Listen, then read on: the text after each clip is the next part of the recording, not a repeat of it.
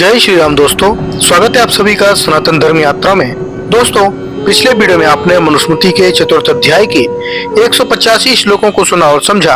अब आइए चलते हैं मनुस्मृति के चतुर्थ अध्याय के 186वें श्लोक से लेकर 195वें श्लोक तक और आज इन श्लोकों को सुनने और समझने का प्रयास करेंगे। तो आइए सबसे पहले देखते हैं 186वां श्लोक। इसमें लिखा है, प्रतिग्रह का लालच न रखें। इसमें लिखा है, प्रतिग्रह समर्थोऽपि प्रसंगम तत्र वर्जयेत, प्रतिग्रहण ऋष्याशु ब्राह्मण तेज प्रशंभयति। अर्थात ब्राह्मण प्रतिग्रह समर्थ अपि दान लेने का अधिकारी होते हुए भी तत्र प्रसंगम वर्जयेत, दान प्राप्ति में आसक्ति भाव अर्थात उसी से धन संग्रह का लालच रखने की भावना को छोड़ देवे। क्योंकि प्रतिग्रहण दान लेने में आसक्ति रखने से अश्य ब्राह्मण तेजः, इसका ब्रह्म तेज आशु प्रशाम्यति, शीघ्र शांत होने लगता है। उसके बाद 187वां श्लोक है। इसमें लिखा है, प्रतिग्रह की विधियां। इसमें लिखा है, न द्रव्याणं विज्ञाय विधिं धर्म प्रतिग्रहे प्रज्ञा प्रतिग्रहं कुर्यान् वशीनदपि क्षुधः। अर्थात प्रज्ञा बुद्धिमान ब्राह्मण को चाहिए कि द्रव्याणाम प्रतिग्रहे धर्म विविध अविज्ञाय, द्रव्यों के दान लेने में धर्म की विधि को बिना जाने क्षुधा अवशीदन अपि, भूख से पीड़ित होता हुआ भी प्रतिग्रहम न कुर्यात, दान ग्रहण न करे। अब इसके अनुशीलन देखिए तो दान ग्रहण की धर्म विधि इस श्लोक में प्रतिग्रह रूप में द्रव्यों को दान लेने की धर्म विधि क्या है, इसको समझाने के लिए मनु की निम्न मान्यताएं एवं प्रमाण प्रस्तुत किए जा सकते हैं। जैसा कि पहले अध्याय के 88वें श्लोक में वेदाध्ययन अध्यापन यजन याजन में निरंतर रत व्यक्ति को ही दान लेने का अधिकार दिया है। दान लेने के वे ही अधिकारी हैं जो इन कार्यों को धर्म मानकर निरंतर करते हैं। इस बात का निर्देश मनु ने स्थान स्थान पर किया है। दूसरे अध्याय के 79 से 81 श्लोकों में, दूसरे अध्याय के 140 से 143 श्लोकों में, उसके बाद चौथे अध्याय के 17 से 20 श्लोकों में, 31वें 147वें 149वें श्लोकों में और 11वें अध्याय के 245वें श्लोक में। इस प्रकार धर्म विधि का एक भाग यह है कि अधिकारी ही दान लें। उपयुक्त कार्यों में तल्लीन न रहने वाले व्यक्ति, वेद को एक बार पढ़कर उसका अभ्यास मनन न करने वाले व्यक्ति, अतपस्वी स्वभाव से छली कपटी आदि दान लेने के अनधिकारी हैं। चौथे अध्याय के 30वें श्लोक में और 190 से 196वें श्लोकों में ये बताया गया है, अनधिकारियों को दिया गया दान निष्फल होता है और लेने वाले पापी होते हैं। अधर्मी और वेद यज्ञ आदि से हीन व्यक्तियों से दान नहीं लेना चाहिए। दूसरे अध्याय के 158 और 160वें श्लोक में वर्णित है। मनु द्वारा भक्ष्य रूप में भेद पदार्थ दान में ग्राह्य हैं। निषिद्ध अवच्य मांस तामसिक आदि पदार्थ अग्राह्य हैं। 5वें अध्याय के 5 से 9वें श्लोक में, 45 से 51वें श्लोक में और 6वें अध्याय के 14वें आदि श्लोकों में बताया गया है। और सांसारिक विषयों में फंसाने वाले पदार्थ भी अग्राह्य हैं, जैसा कि 6वें अध्याय के 58वें श्लोक में, 57, 55 और 26वें आदि श्लोकों में बताया गया है। इन बातों को जानना प्रतिग्रह की धर्म विधि का ज्ञान करना है। उसके बाद 188वां श्लोक है।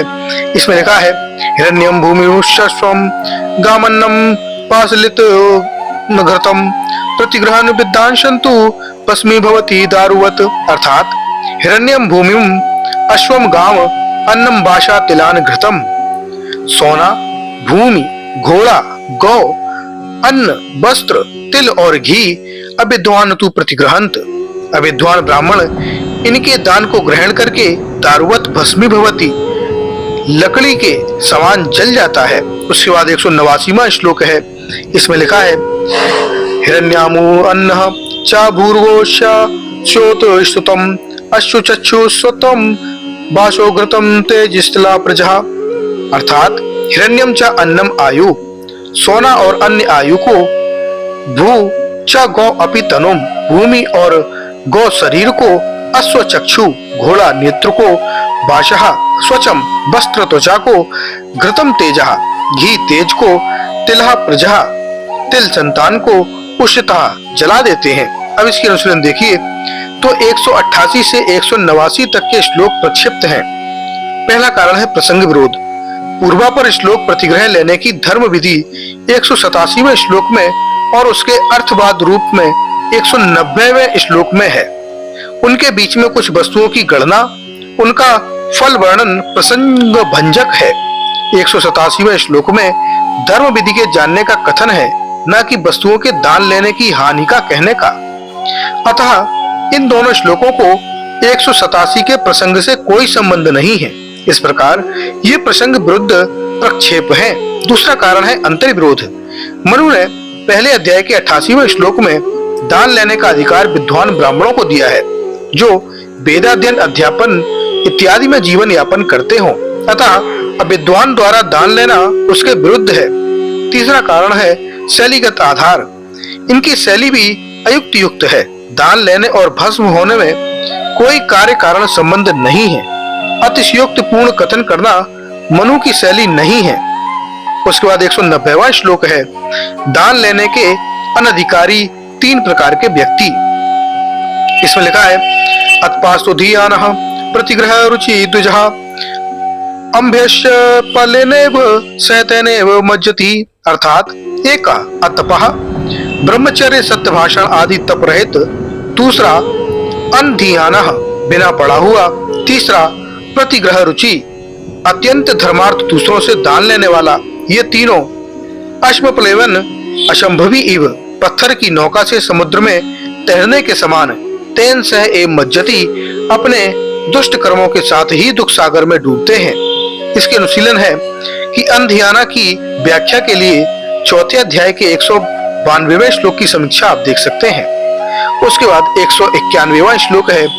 इसमें लिखा है, तस्माद् विद्वानी विद्या ध्या तस्माद् प्रतिग्रहात् स्वकल्पेन विद्या नहीं पणंके गौरवी शीदथि।